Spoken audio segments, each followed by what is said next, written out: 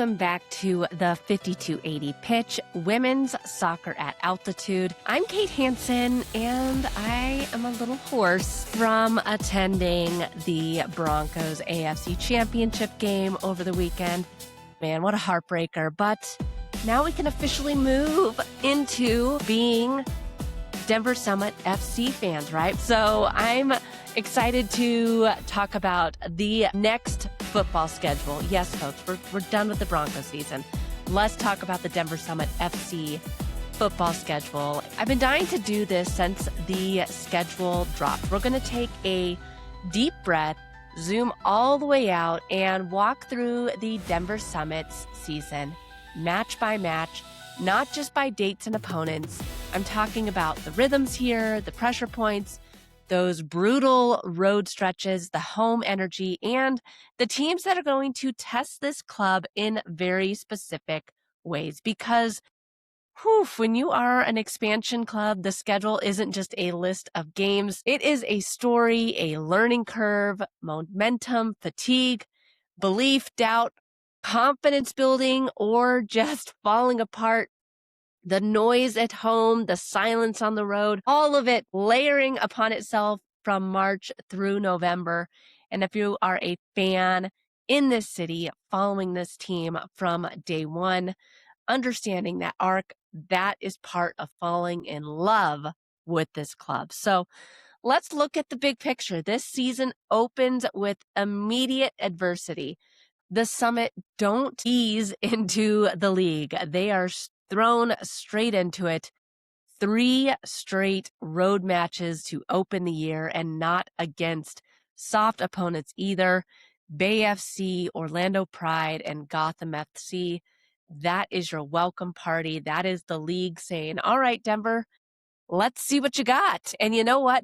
I actually like that, because road matches early in the season, they strip things down. You don't have the home crowd to help lift you up when your legs get heavy.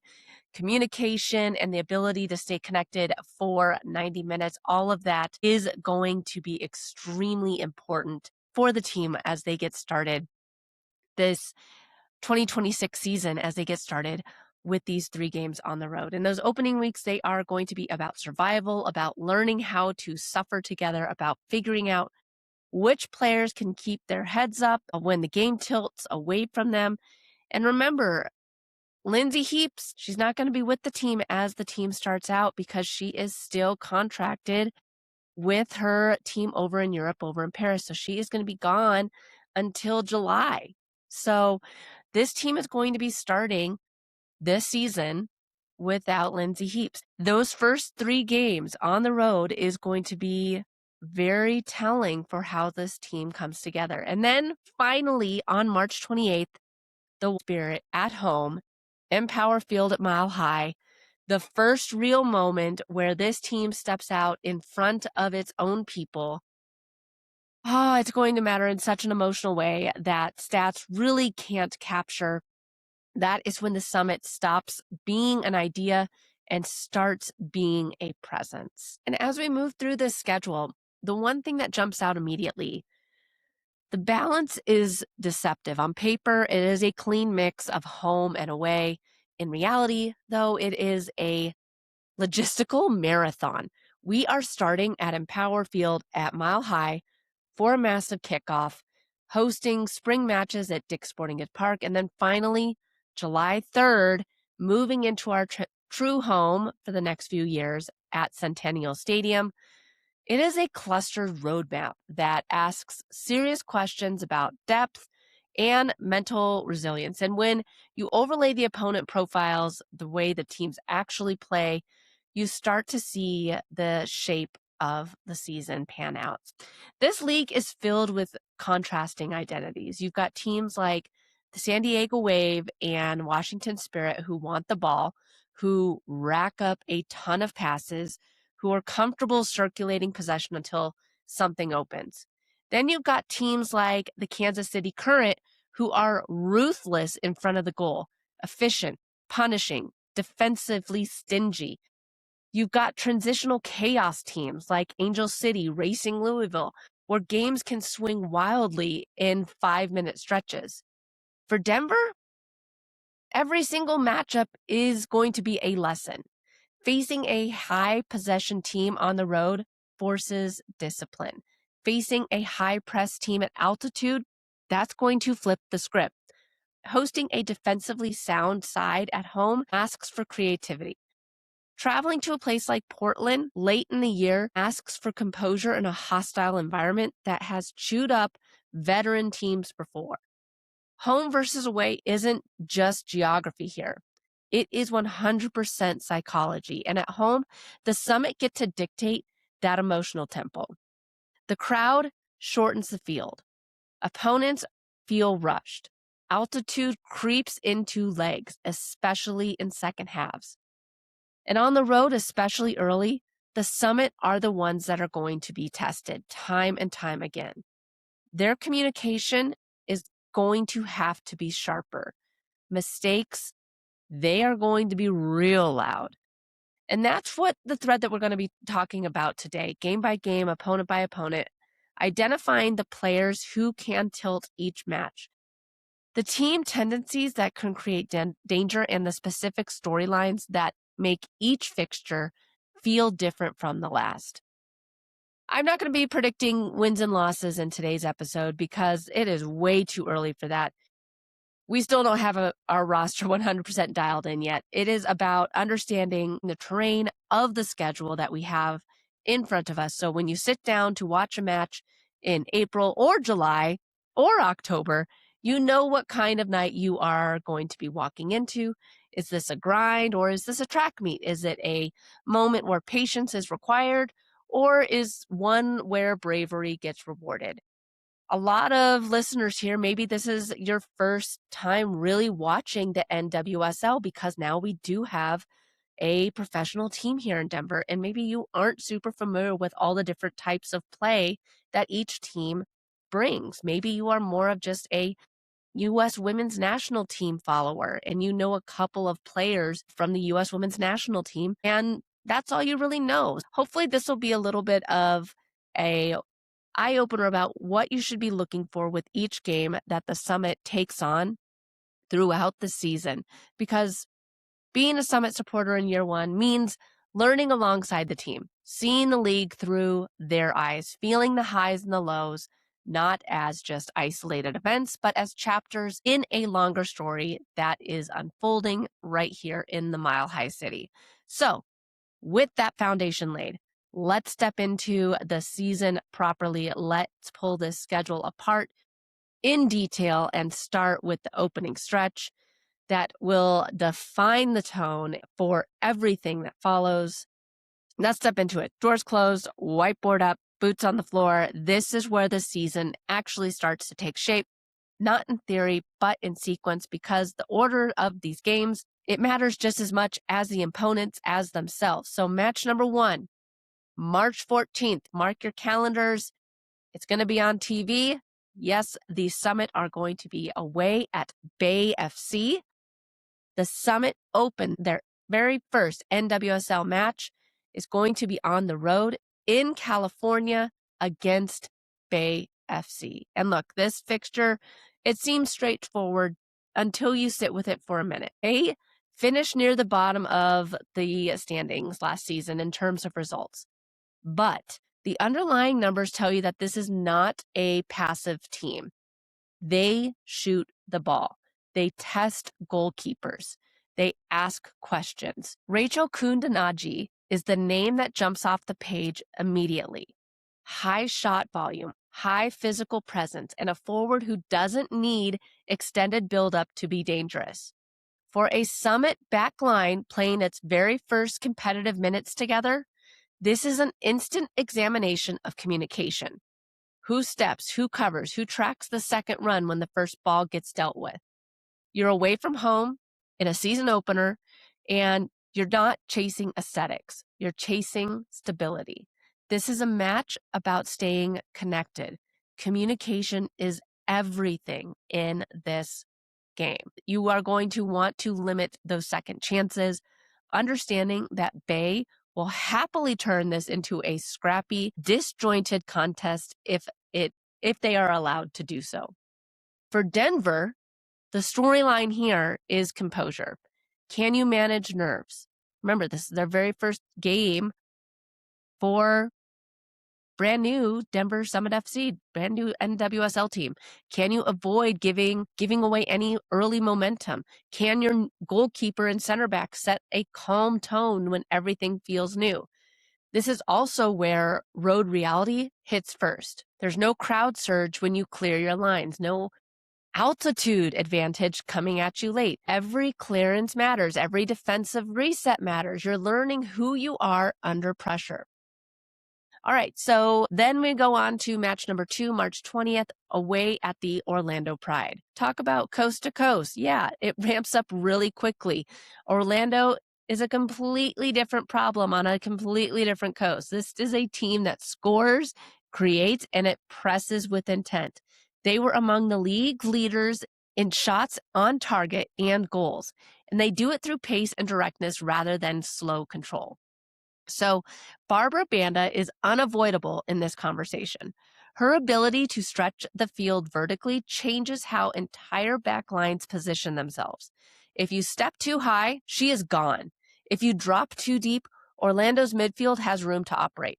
It is a constant push and pull. For the Summit, this match is going to test transitional defending. How quickly do you recover shape after losing the ball? How disciplined are your wide defenders when Orlando overloads the channels? On the road in humidity against speed, this becomes as much a fitness challenge as a tactical one. And there's also a psychological layer here. If Bay was about settling in, Orlando is about realizing the league's ceiling. This is the kind of opponent that punishes hesitation. Every half-second decision matters. You don't just get away with sloppy touches. You don't get away with late recovery runs. And again, it's a way. You don't get to control the tempo emotionally. You are responding, adjusting, absorbing, trying to find moments where you can breathe. We are getting closer to our first home match, but we're not there yet. We have another away match at Gotham FC on March 25th. And just when you think you've seen enough variety, yep, here comes Gotham. This is a brutal midweek turnaround. Traveling from Orlando on Friday to face the 2025 champions on a Wednesday night. For Denver, this is a mental endurance test, and they did not do any favors to the brand new club. 3 road matches in a row, a short week, and now you're facing a team that will happily keep the ball and make you chase. So that is no fun, but here we go. Finally, it's March 28th, and we are at home against Trinity Rodman, the highest paid player in the National Women's Soccer League, and the Washington Spirit. It is the kickoff, and finally, like I said, we are home at Empower Field at Mile High. And we're not just looking to win here. We are looking to chase history. This city is aiming to shatter the NWSL attendance record of 40,091 fans at a professional women's match. This is our chance, Denver fans, if you have not bought your tickets yet, to come out on March 28th to watch the Summit have their very first game here in the Mile High City. Get your tickets now. I know I'm taking my family. I know that my daughters, both their soccer teams, their whole teams are going. Make sure you get your tickets and join us and all the teams out there to cheer on the Denver Summit as we have our very first home opener. That's March 28th against the Washington Spirit. The Summit, again, they're not reacting anymore. They are presenting themselves. After that, back onto the road again. We are away on April 4th at the Seattle Reign in Spokane. And after that emotional high, it's back on the road, headed to One Spokane Stadium because of the World Cup preparations at Lumen Field. The Reign are taking the Denver Summit to a smaller, louder, more intimate environment in Eastern Washington. For Denver, again, this is about patience. You don't get many chances against Seattle, especially in a pressure cooker venue like Spokane. Now we start to see the rhythm change in on April 25th when we face the San Diego Wave. San Diego comes to town, and with them comes one of the league's most possession-heavy approaches. This is a team that wants the ball. It circulates it relentlessly. It waits for you to lose focus. Being Cascarino's creativity from wide areas is central to how they operate. They stretch the field horizontally, forcing defenders into decisions they don't want to make. At home, Denver can lean into pressure moments. The question becomes whether they can disrupt San Diego's rhythm without getting pulled apart. This is where midfield work is going to be extremely important. This is where second balls matter. This is where the altitude is going to quietly start doing its work in the final half hour.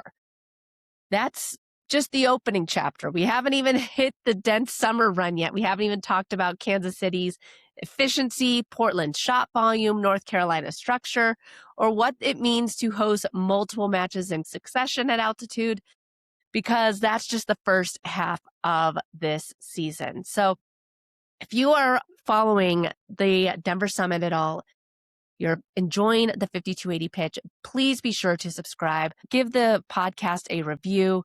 Share this with a friend. Check us out on Instagram, YouTube, you name it, and give us a like and a review. Again, we only grow from you sharing this with your network and with your friends. So let's get into the summer block of the season, because this is where the schedule really starts to breathe. We've moved past the opening block and the shock to the system of being a new team, past the first taste of what it is that this league demands. And remember, the Summit have a lot of veterans on this team. We really have done a good job of bringing in some veteran presence, a couple international players, and a couple of new faces out of college. This is the stretch where identities really start to harden. This is where patterns start to show up, and this is where you stop saying team every 5 minutes and expansion team, and you start saying this is who they are. So let's talk about the summer block, because this is the beating heart of the season. By July, the Summit finally gets something every expansion team craves: continuity at home. Fewer suitcases, fewer flights, and more control over their routines. And that matters far more than fans sometimes realize. Training weeks get sharper, players start recognizing tendencies in each other without thinking about it. And obviously, look who comes to Denver during this stretch. So July 3rd, the Centennial opener. This is a measuring stick match, full stop. We are cutting the ribbon at Centennial Stadium, and we're doing it against the reigning NWSL Shield winners. Kansas City didn't just win last year. They were an offensive juggernaut, finishing at the very top of the league in goals scored. This also marks a massive turning point for our roster. This is the debut of the hometown hero, U.S. women's national team captain, Lindsey Heaps. She joins us fresh from her final season in Lyon to lead this club at altitude, facing Timwa Chawinga and the league's most explosive offense while trying to integrate the best midfielder in the world. Yup, that is a July 3rd fireworks show you cannot miss. Up next, we have another home match on July 12th against the Houston Dash. Houston are a different kind of challenge. Their numbers show a team that creates chances, but doesn't always convert at the same rate as the league's elite. They'll shoot, they'll press, they'll foul to stop transitions. And for Denver, this match is about control. How can you dictate the tempo without getting dragged into a chaotic back and forth? Houston are comfortable turning games super scrappy. They'll test your discipline, especially in the midfield. And this is also where squad depth starts to whisper its presence. July heat, short recovery windows, players carrying knocks, managing minutes becomes part of the conversation, even if it's not said out loud. Up next is July 18th, another home game against the Portland Thorns. Now we are talking about history walking through the door. Portland do not just bring shot volume, they bring belief. They shoot a lot because they expect to win second balls. They expect rebounds. They expect pressure to tell eventuality. Players like Olivia Moultrie represent that blend of youth and confidence that Portland have leaned into. They're not afraid of hostile environments. They played in them. For the Summit, this match asks a very specific question. Can you stay composed when waves keep coming? Because Portland won't stop. They don't panic if the first 20 minutes don't go their way. They keep pushing. This is where I think that our altitude here in Denver is hopefully going to give us an advantage. I think that this is where Denver can turn sustained defensive work into attacking moments if they choose their outlets wisely. And then July 26th, we finally hit the road. We go away to visit the Spirit in Washington, just flipped, where growth shows road match against a team that moves the ball as well as anyone in the league. Washington, they don't beat you with chaos. They beat you by forcing you to defend longer than you want to. This time, Denver, they have context though. They've already seen the Spirit. They know how Washington probe, how they wait for mistakes rather than forcing them. All right, we have made it through the first half of this. There's so much more to unpack here. We're going to do that in next week's episode, hopefully when I have a little bit more voice. And we can talk a little bit more about some of the key stats and teams that you should be looking out for. The first half of the schedule is a lot of travel. There's only 6 home games for the first half of the schedule. This team is going to have a lot of opportunity to gel and to build their team bonding and how well they're able to communicate. Right now, they're out in California doing some preseason training. I'm sharing a lot of their preseason training on my Instagram stories, so be sure to check that out over on the gram.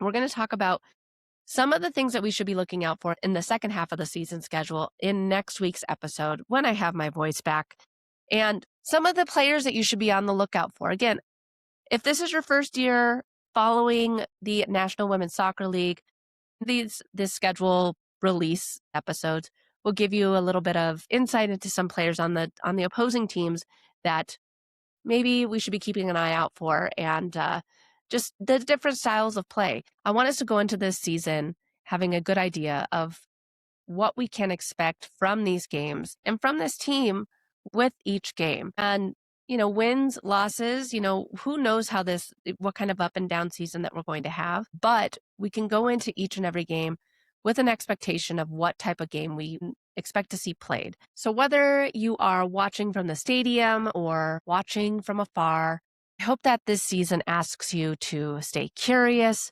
stay patient, stay connected, learn this league, learn the team, learn what it feels like to build something together. That's how this club grows. That's how cultures form. And that is how a schedule turns into a story worth telling. Thank you so much for being here with me on the 5280 pitch. Stick with this team. Stick with me next week because we unpack the rest of the 2026 schedule. And let's keep building this together, match by match, moment by moment. This has been the 5280 pitch, women's soccer at altitude.